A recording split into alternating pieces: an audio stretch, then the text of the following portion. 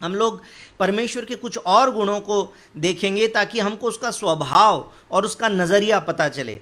बहुत सारे लोग मतलब मजाक तो नहीं कहूँगा, लेकिन बड़े लाइट हार्टेडली इस बात को आगे फॉरवर्ड करते हैं, क्योंकि उसमें वो लॉजिक लगाते हैं कि यदि परमेश्वर को मालूम था कि आदम और हव्वा पाप करेंगे, तो फिर वो फल लगाया ही क्यों, वो पेड़ लगाया ही क्यों कि जिसका फल खा के और वो लोग परमेश्वर की दृष्टि में पाप करें। या परमेश्वर उनको रोबोट के जैसा बना देता, गुड्डे गुड़िया के जैसा बना देता, कठपुतली के जैसे बना देता। दुनिया तो बोलती है, वैसे दुनिया कहती है कि दुनिया में हम तो ऊपर वाले के हाथ में कठपुतलियां हैं, जैसे वो चला रहा वैसे चल रहे हैं, परंतु ये बात सच नहीं है।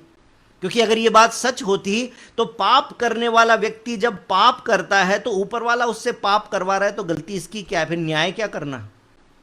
अगर हम ऊपर वाले की कठपुतली हैं और अगर वो मेरे कठपुतली के हाथ को ऐसे उठा के चोरी करवा रहा है, किसी और का सामान दिलवा रहा है, तो इसमें कठपुतली की क्या गलती। कठपुतली को क्यों थप्पड़ लगाए कोई, कठपुतली को कोई दोषी क्यों ठहराएगा। गलती तो उसकी है जो कठपुतली को चला रहा है। इसका मतलब ये गलत भावना है, ये गलत बात है जो बोलते हैं। क्यों परमेश्वर ने आदम और हव्वा को एक ऐसा स्वभाव दे दिया कि वो परमेश्वर की दृष्टि में पाप करें। परमेश्वर ने बनाया क्यों उनको इस तरीके से। परमेश्वर स्वतंत्र इच्छा देने वाला और स्वतंत्रता देने वाला या आज़ादी देने वाला परमेश्वर है। परमेश्वर स्वतंत्रता देने वाला, स्वतंत्र इच्छा देने वाला, आज़ादी देने वाला ईश्वर है। परमेश्वर बांध के रखने वाला और कठपुतली के समान ऐसे ऐसे हमको नचाने वाला परमेश्वर नहीं है। उत्पत्ति की किताब जो बाइबल की सबसे पहली किताब है, वहां पर उत्पत्ति की किताब उसके 2 अध्याय और उसके 15 से 17 वचन में इस प्रकार से लिखा हुआ है कि तब यहोवा परमेश्वर ने आदम को लेकर अदन की वाटिका में रख दिया कि वह उसमें काम करे और उसकी रक्षा करे। और यहोवा परमेश्वर ने आदम को यह आज्ञा दी, तू वाटिका के सब वृक्षों का फल बिना खटके खा सकता है, पर भले या बुरे के ज्ञान का जो वृक्ष है उसका फल तू कभी ना खाना, क्योंकि जिस दिन तू उसका फल खाएगा उसी दिन अवश्य मर जाएगा। तो मैंने क्या बोला कि पहली बात तो परमेश्वर स्वतंत्र इच्छा देता है, परमेश्वर स्वतंत्रता देने वाला परमेश्वर है।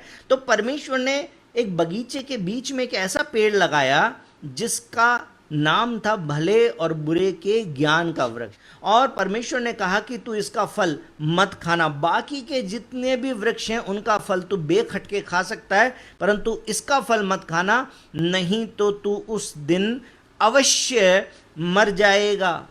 परमेश्वर ने क्या दे दिया, परमेश्वर ने एक चॉइस दे दी, परमेश्वर ने एक चुनाव दे दिया और इच्छा आदम के हाथ में सौंप दी कि तू चाहे तो खा और तू चाहे तो मत खा, लेकिन मैं कह रहा हूं कि मत खाना। परमेश्वर ने आदम का हाथ ऐसे लकड़ी का नहीं बना दिया कि जब तू पेड़ की तरफ में हाथ बढ़ाएगा तो तेरा हाथ आगे जाएगा ही नहीं। परमेश्वर ने उसको कठपुतली नहीं बनाया, परमेश्वर ने उसके हाथ को रोक के नहीं रखा, परमेश्वर ने उसको बस बोल दिया कि तू इस वृक्ष का फल मत खाना, नहीं तो तू मर जाएगा। लेकिन परमेश्वर ने उसको किसी भी रीति से रेस्ट्रिक्ट नहीं किया। अच्छा, मेरे को ये बात बताओ कि अगर वो जो पेड़ है उस पेड़ के फल में से इतनी तेज बदबू आती और इतना गंदा दिखता वो, ऐसे ग्रे कलर का सड़ा हुआ सा, जैसे आपको सड़ा हुआ आम सड़ जाता है जब, कैसे दिखता है वो एकदम ही, केला सड़ जाता, काला ही पड़ जाता है, बिल्कुल पिलपिला से हो जाता है। अब ये सोचो आप कि वो भले और बुरे के ज्ञान का जो वृक्ष था उसको परमेश्वर ने से पिलपिला सा फल दे दिया होता जो सड़ा सा दूर से दिखता है, उसके तो पास ही मत जाओ। तो क्या करते आदम और हव्वा, क्या करते आप मुझे बताइए। क्योंकि आप 6 वचन को पढ़िएगा 3 अध्याय के, तो वहां पर लिखा है, अतः जब स्त्री ने देखा कि उस वृक्ष का फल खाने के लिए अच्छा है, देखने में मनभाऊ है, बुद्धि देने के लिए चाहने योग्य भी है, तब उसने तोड़कर खा लिया। परमेश्वर चाहता तो गुड्डा गुड्डी बना देता, कठपुतली जैसे बना देता। परमेश्वर चाहता तो पेड़ का फल जो है इतना बदबूदार कर देता, इतना बदसूरत कर देता कि वो लोग उसके नज़दीक भी नहीं, अरे बदबू आती है उस तरफ तो जाना ही मत। नहीं जाते ना, कहीं पे अपन रास्ते में जा रहे होते हैं, एकदम से बदबू आती है, अपन कार का शीशा बंद कर लेते हैं, नाक बंद कर लेते हैं, कोई कोई जानवर मरा पड़ा है, इतनी तेज बदबू आती। अब मान लो, सोच लो, उस पेड़ के अंदर से ऐसी बदबू आती जैसे तो जानवर ही मरा पड़ा है आता। इसी को हंसी आ रही है। फिर कोई भी नहीं जाता उसके पास में। आदम बोलता है ये बदबू आ रही, हवा बोलती तू रहन दे, सांप को बोलती तू रहन दे, और वहाँ पे इतनी तेज बदबू आती, मैं नहीं जाती उधर। लेकिन लिखा हुआ है कि देखने में मनभाऊ, अच्छा, खाने में ऐसा कि उसको देख के मन करे, ललचाए कि खाएं इसको। परमेश्वर ने वो उनके लिए इसलिए रखा था ताकि परमेश्वर उनके प्रेम की परख कर सके कि ये मुझे पहला स्थान देते हैं या ये उस पेड़ के फल को पहला स्थान देते हैं। इसलिए परमेश्वर ने उनको ये स्वतंत्र इच्छा दी थी। ये ऐसा ही परमेश्वर है जो स्वतंत्र इच्छा देता है। पुराने नियम का एक वचन मेरे साथ में आप पढ़ के देखिए कि परमेश्वर क्या कहता है। सबोपदेशक की किताब उसका 11 अध्याय, सबोपदेशक उसका 11 अध्याय और उसका 9 वचन। वैसे तो जवान लिखा है, परंतु जवान हटाकर आप अपना नाम लिख लेना। हे ब्रिजेश, अपनी जवानी में आनंद कर और अपनी जवानी के दिनों में मगन रह और अपनी मनमानी कर और अपनी आंखों की दृष्टि के अनुसार चल, परंतु ये जान रख कि इन सब बातों के विषय में परमेश्वर तेरा न्याय करेगा। करना तो तू जो मर्जी कर। वैसे भी परमेश्वर इस दुनिया में आके कौन सा हमारा हाथ पकड़ रहा है? नहीं पकड़ रहा ना। दुनिया डरती है क्योंकि दुनिया परमेश्वर को नहीं जानती, इसलिए वो अरे भगवान दंड दे देगा, भगवान ये कर देगा, भगवान। वो परमेश्वर हर समय दंड देने के लिए नहीं बैठा है। वो परमेश्वर स्वतंत्र इच्छा देता है कि अपनी इच्छा से, स्वेच्छा से हम परमेश्वर के नजदीक आए, हम उसकी आज्ञाकारिता में आए। लेकिन यदि हम स्वेच्छा से परमेश्वर का त्याग करके और पाप के रास्ते पर चलेंगे, परमेश्वर रोकेगा नहीं। लेकिन एक दिन जब न्याय होगा, उस दिन परमेश्वर आपसे पूछेगा कि तूने अपनी स्वतंत्र इच्छा का क्या किया। दुनिया के जो गुड्डे गुड्डी है उनका मेरे साथ में कोई रिश्ता नहीं है, और उनको इस तरीके से डिज़ाइन किया है कि मेरे इशारे के ऊपर वो बोले, उसमें मुझे प्रेम महसूस नहीं होता। प्रेम मुझे इस बात में महसूस होता है कि मेरी बच्ची मुझसे प्रेम करे। उसी रीति से परमेश्वर ने हमें गुड्डे गुड़िया नहीं बनाया कि हम उसके इशारे पे उससे प्रेम करें, बल्कि परमेश्वर ने हमें इसलिए स्वतंत्र इच्छा दी ताकि अपनी इच्छा से हम उससे प्रेम करें और उसके साथ संगति में रहें। परमेश्वर आज़ादी देने वाला परमेश्वर है। 2 कुरिन्थियों 3:17 में आप पढ़ के देख लीजिए। पुराने नियम का वचन मैंने आपको बता दिया था, नए नियम का वचन बता देता हूं कि प्रभु तो आत्मा है, और जहां कहीं प्रभु का आत्मा है वहां स्वतंत्रता है। मेरे भाई और बहनों, परमेश्वर का स्वभाव स्वतंत्र करने वाला परमेश्वर है। और गलातियों की किताब उसके 5वें अध्याय और उसके पहले वचन को पढ़ लीजिए, और जब भी कोई निर्णय लेने का मौका आए तो याद रखिएगा, मसीह ने स्वतंत्रता के लिए हमें स्वतंत्र किया है। मसीह ने स्वतंत्रता के लिए स्वतंत्र कर दिया है। स्वतंत्र रहो, इसमें स्थिर रहो। दासत्व के जुए में मत जुटो। अरे मंगलवार को ये नहीं करना था, शनिवार को लोहा घर में नहीं लाना था, बिल्ली रास्ता काट गई तो आगे नहीं जाना था। इन सारी बातों से परमेश्वर ने हमें छुड़ा दिया। हर प्रकार के डर से परमेश्वर ने जब आज़ाद कर दिया, अब नए अंधविश्वास मत बांटो। अरे ताबीज़ के हाथ लगा देंगे तो दुष्ट आत्मा आ जाएगा, ये कर देंगे तो वो हो जाएगा, वो कर देंगे तो वो हो जाएगा। परमेश्वर के लोगों, परमेश्वर के स्वभाव को समझो।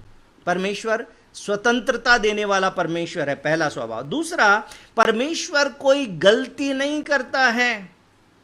मेरे साथ 2 वचन निकालिए। गिनती की किताब उसका 23 अध्याय और उसका 19 वचन। सॉरी, पहले आप उत्पत्ति की किताब में आई, उत्पत्ति 6 और उसके 6 को पढ़िए, फिर उसको हम पढ़ेंगे। उत्पत्ति 6 उसका 6 लिखा है, और यहोवा पृथ्वी पर मनुष्य को बनाने से पछताया और वो मन में अति खेदित हुआ। अब गिनती की किताब में आइए, और गिनती की किताब उसका 23 अध्याय,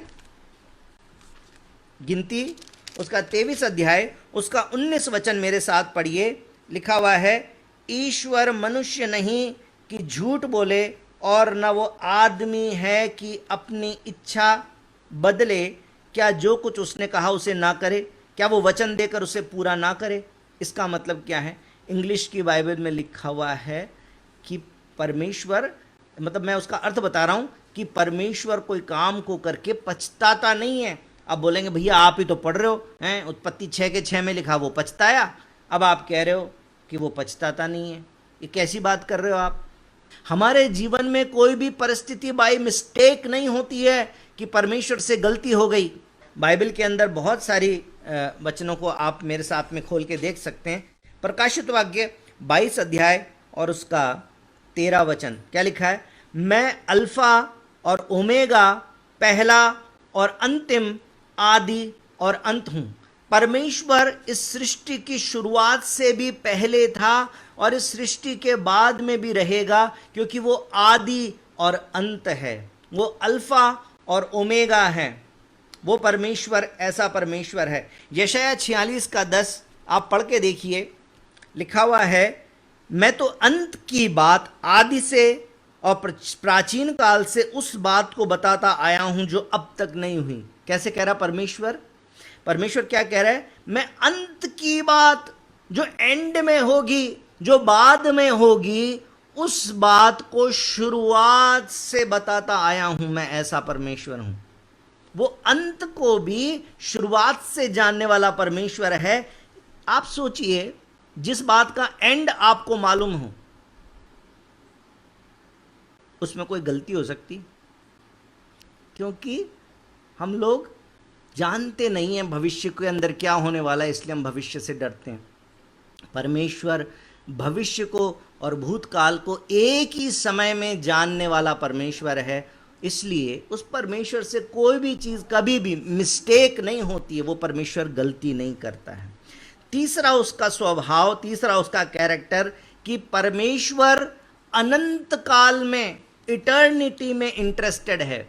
और इस दुनिया के अंदर जितनी भी हमारी आशीषें हैं वो परमेश्वर का बोनस है। एक तो आपकी रेगुलर सैलरी आती, जो काम आप करते हैं, जो आपका पद है उसके अनुसार, जो आपका स्केल है उसके अनुसार आपको एक सैलरी मिलती रहती है। परंतु साल में 1-2 मौके ऐसे आते हैं जब सरकार या आपकी कंपनी आपको बोनस देती है। वो बोनस कंपनी की तरफ से आप मांग नहीं कर सकते, परंतु कंपनी बोनस दे देती है। कितना भी दे सकती है। कंपनी की इच्छा, अगर बहुत ही ज़्यादा फायदा हो गया तो कई बार इतना बड़ा बोनस दे देती है जो एक पूरी सैलरी के बराबर भी हो सकता है, और कभी बोनस इतना ही हो सकता है, बस 100 रुपये, ऐसा भी हो सकता है। बहरहाल परमेश्वर अनंत जीवन में इंटरेस्टेड है, और इसलिए जब आप सिर्फ चंगाई के लिए यीशु मसीह पर विश्वास करते हैं, प्रार्थना करते हैं, सिर्फ नौकरी के लिए विश्वास और प्रार्थना करते हैं, सिर्फ संसार की चीज़ों के लिए जब आप प्रार्थना करते हैं, तो परमेश्वर का वचन क्या कहता है? 1 कुरिन्थियों 15 में आइए, उसका 15 अध्याय, उसका 19 से 22 हम लोग पढ़ें। 1 कुरिन्थियों उसका 15 अध्याय और उसके 19 वचन से आगे इस प्रकार से लिखा हुआ है, यदि हम केवल इसी जीवन में मसीह से आशा रखते हैं तो हम सब मनुष्यों से अधिक अभागे हैं। बाइबल क्या कहती है? अगर सिर्फ दुनिया की आशीषों के लिए ही आप यीशु मसीह के पीछे चल रहे हैं, भैया बस हमारी बीमारी ठीक हो जाए, हमारे पापा की बीमारी ठीक हो जाए, हमारे पापा की शराब छूट जाए, हमारी मम्मी की बीमारी ठीक हो जाए, हमारा भाई देखने लगे, हमारे लड़के की शादी हो जाए, हमारे बच्चे की नौकरी लग जाए, मेरी खुद की नौकरी लग जाए, और मेरे को विदेश का वीज़ा लग जाए, और दुनिया की जितनी भी आशीषें, 4 मंजिल का घर बन जाए, 4 पहिए की गाड़ी आ जाए, दुनिया की जितनी आशीषें हैं, यदि सिर्फ इन्हीं बातों के लिए आप यीशु मसीह पर विश्वास करते हैं, परमेश्वर पर विश्वास करते हैं, तो लिखा है कि फिर तो आप अभागे हैं। क्योंकि दुनिया के लोग कम से कम जो कुछ है उसको एंजॉय तो कर रहे हैं, पाप को तो एंजॉय कर रहे हैं कम से कम। आप पाप भी नहीं कर रहे, क्योंकि आपको आशीष चाहिए, और आशीष कौन सी चाहिए? बस इस दुनिया की। तो आप तो दुनिया से भी अभागे हो गए। कम से कम उनके पास जो भी कुछ है उसको वो फिर एंजॉय कर रहे हैं। हाँ भाई, पाप कर रहे हैं, एंजॉय कर रहे हैं, क्योंकि अनंत जीवन से कोई लेना देना नहीं है, मरने के बाद न्याय होगा, उससे कोई लेना देना नहीं है। इस दुनिया में एंजॉय कर लो। दुनिया में है ऐसी विचारधारा वाले लोग, बोलते हैं जी स्वर्ग नरक किसने देखा है, जो होएगा देखा जाएगा, जो सबका होगा वो हमारा भी हो जाएगा। अभी तो ज़िंदगी को तो एंजॉय करने दो, दारू पीने दो, सिगरेट पीने दो, लड़कीबाजी करने दो, ऐश करने दो, सब प्रकार की बुराइयों में लिप्त होना चाहते हैं, क्योंकि ये 4 दिन की ज़िंदगी है, फिर क्या है, फिर तो चले जाएंगे दुनिया छोड़ के। ये नहीं सोचते कि 4 दिन की जो जिंदगी है उसके लिए कितनी दौड़ भाग कर रहे हैं। सुबह सुबह उठते हैं, काम पे जाते हैं, मेहनत करते हैं, पसीना बहाते हैं, शाम को आते हैं थके मांदे, और सब कुछ इसलिए कर रहे हैं कि 50-60 साल की जो ज़िंदगी है ये अच्छी हो जाए। लेकिन जो अनंत काल की ज़िंदगी है उसके बारे में कोई दौड़ भाग नहीं है। तो बाइबल कहती है कि यदि आप सिर्फ इस दुनिया के लिए प्रभु पे विश्वास करते हैं तो फिर तो आप अभागे हैं, क्योंकि परमेश्वर तो ये दुनिया की आशीषें तो आपको ऐसे ही बोनस में दे देगा। लेकिन प्रभु यीशु मसीह इस दुनिया की आशीषें ही देने थोड़ी आए थे खाली। मैं अपनी बच्ची को सिर्फ टॉफ़ी देना ही थोड़ी चाहता हूँ। मैं अपनी बच्ची को चाहता हूँ कि उसकी एजुकेशन अच्छी हो, उसकी सेहत अच्छी हो, वो अच्छे कपड़े पहने, वो एक अच्छी युवती बने, एक समाज के लिए एक अच्छा नमूना बने और समाज के लिए कुछ कंट्रीब्यूशन कर सके। मैं परमेश्वर के नज़रिए से देखूं तो मुझे लगता है कि कई बार हम परमेश्वर की दृष्टि में कितने अभागे नज़र आएंगे कि हम विश्वास ही सिर्फ इसीलिए कर रहे हैं। आप स्वर्ग के द्वार पे खड़े होंगे, अब आपको एंटर करना है, परमेश्वर न्याय का रजिस्टर लेके खड़ा हो गया। हाँ भाई, तुम्हारा नाम तो नहीं है अनंत जीवन वालों में? नहीं प्रभु, जीवन की किताब में नाम नहीं है। नहीं, तुमने विश्वास किया था? हाँ, यीशु मसीह के नाम से विश्वास किया था। क्या प्रार्थना करी थी? प्रभु प्रार्थना करी थी चंगाई दे दे। हाँ, तो बोले मिल गई थी चंगाई? हाँ मिल गई थी, तो हो गया काम। चंगाई मांगी थी ना, अनंत जीवन तो मांगा नहीं था, चंगाई मिल गई थी, तो केस खत्म। अब कहाँ जाना है? अब नरक जाना पड़ेगा, क्योंकि जीवन की पुस्तक में नाम नहीं है। दुनिया की चीज़ें मांग रहे थे, दुनिया की चीज़ें मिल गई हैं। मेरे भाई और बहनों, परमेश्वर इटर्निटी देना चाहता है। यूहन्ना 3:16 में क्या लिखा है? सबको मालूम है ना, यूहन्ना 3:16। मुझे तो लगता है बाइबल खोलने की भी ज़रूरत नहीं है, सबको मालूम होगा। क्योंकि, मेरे साथ बोलिए, क्योंकि अनम्यूट नहीं करना है, वैसे ही बोलिए, क्योंकि परमेश्वर ने जगत से ऐसा प्रेम रखा कि उसने अपना इकलौता पुत्र दे दिया, ताकि जो कोई उस पर विश्वास करे वो नष्ट ना हो परंतु कार पाए, मोटरसाइकिल पाए, घर पाए, नौकरी पाए, चंगाई पाए। ऐसा कुछ लिखा है? ऐसा कुछ भी नहीं लिखा। क्या लिखा है? जो विश्वास करे वो नाश न हो परंतु अनंत जीवन पाए। परमेश्वर प्रभु यीशु मसीह अनंत जीवन देने के लिए आए थे, पापों की क्षमा और अनंत स्वर्गीय जीवन, अविनाशी जीवन। ये परमेश्वर का मुख्य आशीष है जो परमेश्वर आपको मुझको देना चाहता है। मत्ती की किताब उसके 6 अध्याय में आइए, मत्ती 6 उसके 25 वचन से आगे कुछ बातें लिखी है। पूरा तो नहीं पढ़ पाऊंगा, आप चाहें तो मत्ती की किताब उसके 6 अध्याय में 25 वचन से 33 वचन तक पढ़िएगा। मैं सिर्फ 31 से पढ़ देता हूँ। इसलिए तुम चिंता करके ये न कहना कि हम क्या खाएंगे, क्या पिएंगे, क्या पहनेंगे, क्योंकि अन्य जाति यानी जो सच्चे ईश्वर को नहीं जानते इन सब वस्तुओं की खोज में रहते हैं, पर तुम्हारा स्वर्गीय पिता जानता है कि तुम्हें इन सब वस्तुओं की आवश्यकता है। इसलिए पहले तुम परमेश्वर के राज्य और उसके धर्म की यानी उसकी धार्मिकता की, पवित्रता की खोज करो तो ये सब वस्तुएं भी तुम्हें मिल जाएंगी। परमेश्वर के राज्य की खोज करो। कुलुस्सियों 3:3 में लिखा है कि स्वर्गीय वस्तुओं पर ध्यान लगाओ। दुनिया की चीज़ें तो मिल जाएंगी, मिली है ना अब तक? कोई है यहाँ पर जो ऐसा कह सकता हो कि मैंने तो यीशु के नाम से प्रार्थना किया था, मुझे तो कुछ नहीं मिला? मैं सोचता हूँ ऐसा कोई भी नहीं होगा। हमें बीते दिनों में एक बहन मुझे गवाही दे रही थी, उन्होंने नया नया विश्वास किया। अभी उनको ठीक से उस तरीके से सिस्टमेटिक तरीके से जैसे हम प्रार्थना कर देते हैं, उनको उतना प्रार्थना करना नहीं आता, लेकिन उन्होंने एक छोटी सी बात के लिए प्रार्थना किया और परमेश्वर ने उनके विश्वास को ऑनर किया, इज्जत दी और उनके अपने प्रेम को उनके लिए प्रकट किया। क्योंकि परमेश्वर यही चाहता है कि हम में से हर एक जन, चाहे हमें परमेश्वर का ज्ञान कैसा भी हो, कितना भी हो, कम हो, ज़्यादा हो, हम विश्वास से प्रार्थना करें। छोटी बातों के लिए प्रार्थना करिए पहले, परमेश्वर जब उत्तर देगा तो आपका विश्वास बढ़ेगा और परमेश्वर जीवित परमेश्वर है, ये बात आपको पता चल जाएगा। परंतु उसे दुनिया की आशीषें देने नहीं आया था परमेश्वर। प्रभु यीशु मसीह पापों की क्षमा और अनंत जीवन देने के लिए इस दुनिया में आया था। उसके बाद परमेश्वर ऐसा परमेश्वर है जो सब प्रकार के भय को मिटा देता है। ऐसा परमेश्वर जो सब प्रकार के भय को मिटा देता है। सिर्फ एक भय चाहता है कि परमेश्वर का भय हमारे जीवन में हो। मेरे पास समय नहीं है, इसलिए आप लोग नोट करिए। यूहन्ना 3:16 आपने पढ़ा कि परमेश्वर ने प्रेम किया है और अपना पुत्र दिया है ताकि जो कोई विश्वास करे वो नाश न हो परंतु अनंत जीवन पाए।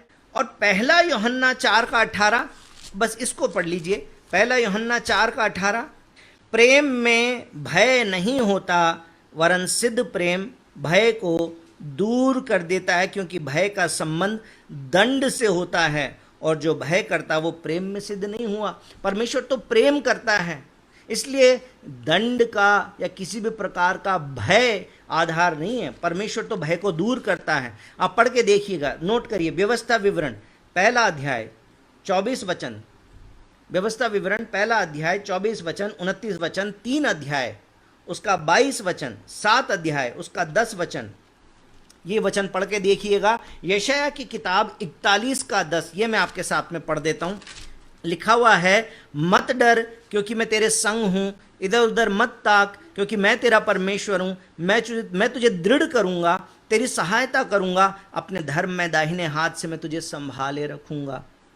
मेरे भाइयों और बहनों, विद्वान लोग जिन्होंने बाइबल को पूरा आगे से पीछे तक कई बार पढ़ के और कुछ रिसर्च की है, वो बताते हैं कि साल में 365 दिन है ना, 365 बार लिखा है साल के हर एक दिन के लिए मत डर। बाइबल के अलग अलग वचन है, मत डर। परमेश्वर नहीं चाहता कि किसी प्रकार का डर हमारे जीवन में हो। लेकिन भजन संहिता 128 में जब आप आते हैं तो वहाँ पर एक चीज़ लिखी हुई है कि क्या ही धन्य है वह हर एक जो यहोवा का भय मानता है। परमेश्वर का भय, इसका मतलब कौन सा? ये डर नहीं है, ये वो भय है जो प्रेम मिश्रित आदर जो होता है। जैसे कि पापा जान से मार देंगे, ऐसा डर नहीं होता पापा का। पापा का कौन सा डर होता है? गलती करते तब डर लगता है, अरे पापा देख लेंगे तो पापा सज़ा देंगे, पापा पनिश करेंगे, पापा डांटेंगे। इसका मतलब ये नहीं कि पापा आपका अहित चाहते हैं, पापा आपकी भलाई चाहते हैं इसलिए आपको डांटेंगे, लेकिन हमें पापा का डर लगता है। उसी प्रकार से परमेश्वर हमारी भलाई चाहता है, इसलिए जब प्रेम मिश्रित आदर परमेश्वर का है जिसके कारण हम कोई पाप नहीं करते, वो है परमेश्वर का भय। और बाइबल में लिखा है, इस पूरे भजन को पढ़ के देखिएगा कि वो व्यक्ति धन्य है जो यहोवा का भय मानता है और उसको ये प्रॉमिस है कि तू अपनी कमाई को निश्चय खाने पाएगा। ये दुनिया की आशीष, बोनस। तेरे घर के भीतर तेरी स्त्री फलवंत दाखलता सी होगी। संतान की आशीष नहीं है तो ये वचन को आप पढ़िए। मेज के चारों ओर तेरे बालक जलपाई के पौधे से होंगे। जो पुरुष यहोवा का भय मानता वो ऐसी आशीष पाएगा। परमेश्वर का भय, परमेश्वर दुनिया के तमाम प्रकार के डर मिटा देता है, परंतु सिर्फ एक भय चाहता है जिसके कारण हम परमेश्वर की दृष्टि में कोई पाप ना करें, वह है परमेश्वर का भय। अब आपको समझ में आया कि कौन सी बातों से आपको डरने की ज़रूरत है। शैतान से डरने की ज़रूरत नहीं है, जादू टोना से डरने की ज़रूरत नहीं है, ताबीज़ से डरने की ज़रूरत नहीं है, किसी भी चीज़ के ऊपर पाँव पड़ जाए उससे डरने की ज़रूरत नहीं है, किसी ने आपके घर में कुछ डाल दिया उससे डरने की ज़रूरत नहीं है, किसी भी चीज़ से डरने की ज़रूरत नहीं है। और आखिरी बात, मेरे पास वचन तो हैं काफ़ी, लेकिन आखिरी बात बोलना चाहता हूँ कि परमेश्वर हमें कमज़ोर नहीं बनाता, परमेश्वर हमें वीक नहीं बनाता, परमेश्वर हमें स्ट्रॉन्ग बनाता है, परमेश्वर हमें मजबूत बनाता है। हर प्रकार के डर को निकाल के परमेश्वर मजबूत बनाता है। रोमियो की किताब से हमने वो वचन, रोमियो 8 उसके 37 में, कि तुम जयवंत से बढ़कर हो। रोमियो 8 के 37 में लिखा है। पहला कुरिन्थियों उसका पहला अध्याय 27 वचन, परंतु परमेश्वर ने जगत के मूर्खों को चुन लिया है कि ज्ञानवानों को लज्जित करे। परमेश्वर को दुनिया का ज्ञान नहीं चाहिए कि कोई आदमी घमंड करे, बल्कि बाइबल में लिखा है कि घमंड से चढ़ी हुई आंखें परमेश्वर को बिल्कुल भी पसंद नहीं आती है। परमेश्वर घमंडी के सिर को नीचा कर देता है। मेरे भाइयों और बहनों, पुराने नियम के अंदर योएल की किताब पढ़ के देखिएगा, 3 अध्याय उसका 9 और 10 वचन। न्यायियों की किताब 6 अध्याय 12 वचन पढ़ के देखिएगा, क्या लिखा हुआ है? हे शूरवीर सूरमा, एक डरपोक आदमी को परमेश्वर का स्वर्गदूत आके क्या बोलता है परमेश्वर की तरफ से, हे शूरवीर सूरमा। मेरे भाई और बहनों, परमेश्वर की दृष्टि में आप शूरवीर सूरमा हैं। बहन जी, आपको लगता होगा मैं तो गांव की हूँ, पढ़ी लिखी भी नहीं हूँ, मुझे तो बाइबल का ज्ञान भी नहीं है। आप नए विश्वासी हो सकते हैं, आपको लगे हमको तो ज़्यादा कुछ मालूम नहीं है। परमेश्वर की दृष्टि में आप शूरवीर सूरमा हैं, आप जयवंत से भी बढ़कर हैं। मेरे भाइयों और बहनों, परमेश्वर आपकी ह्यूमिलिटी से प्रेम करता है, आपकी नम्रता से प्रेम करता है, क्योंकि परमेश्वर ने जगत के मूर्खों को चुना है। जिस दिन मैं अपने आप को बुद्धिमान समझने लगूंगा, उस दिन परमेश्वर किसी मूर्ख को खड़ा करेगा कि मुझे लज्जित कर दे। इसलिए मुझे लज्जित नहीं होना, इसलिए मैं नम्र बन के यही कहने के लिए तैयार हूँ कि मैं तो मूर्ख हूँ, मुझे ज़्यादा नहीं पता, परंतु जितना पता है ये पता है कि मेरा परमेश्वर महान परमेश्वर है, मेरा परमेश्वर प्रेम करने वाला परमेश्वर है, मेरा परमेश्वर आदर के योग्य जिंदा परमेश्वर है। मैं उस पर घमंड करता हूँ, अपने आप पर घमंड नहीं करता। बाइबल में लिखा है जो घमंड करे तो इस बात पे करे कि वो जीवते परमेश्वर को जानता है, खुद की ताकत पे क्या घमंड करेंगे। 2 तांबे के सिक्के लेके आ गई वो बुढ़िया को, विधवा को, यीशु मसीह ने बोला इसने सबसे ज़्यादा दान दे दिया, जबकि बाकी लोग क्या डाल रहे थे आपको पता है ना। मरकुस की किताब में, मरकुस की किताब 12 अध्याय में पढ़ के देख लीजिएगा, सब सोना चांदी डाल रहे थे। प्रभु ने बोला ये नहीं, ये जो औरत है ना जिसने 2 तांबे के सिक्के डाले, इसने सबसे ज़्यादा दान दिया है। परमेश्वर की नज़र आपकी दरिद्रता पे भी है, लेकिन उसमें भी आप कितना परमेश्वर पे भरोसा करते हैं, कितना आप उसके लिए खर्च होते हैं, आप कितना नम्र हैं परमेश्वर के सामने, इसके कारण परमेश्वर आपको आशीष देते हैं। परमेश्वर ने एक पापनी स्त्री को रिजेक्ट नहीं किया, बल्कि जो 5 पति कर चुकी उसको भी परमेश्वर ने सुसमाचार सुनाया, उसका भी उद्धार कर दिया। आज परमेश्वर के स्वभाव को समझकर और तब आत्मिक जीवन जिए। परमेश्वर के साथ जीवन जीना मुश्किल नहीं है, निर्णय लेना मुश्किल नहीं है। हमें दूसरों की बातें सुनने की ज़रूरत नहीं है, हमें दुनिया के लोगों की बातें सुनने की ज़रूरत नहीं है। हमें परमेश्वर पे दृष्टि करनी है, हमें परमेश्वर पे नज़र रखनी है, परमेश्वर को समझना है। यदि परमेश्वर के स्वभाव को समझ गए तो इस दुनिया में आत्मिक जीवन जीना बहुत आसान हो जाएगा। आमीन। बोले यीशु मसीह की जय। प्रभु आप सबको बहुत आशीष दे।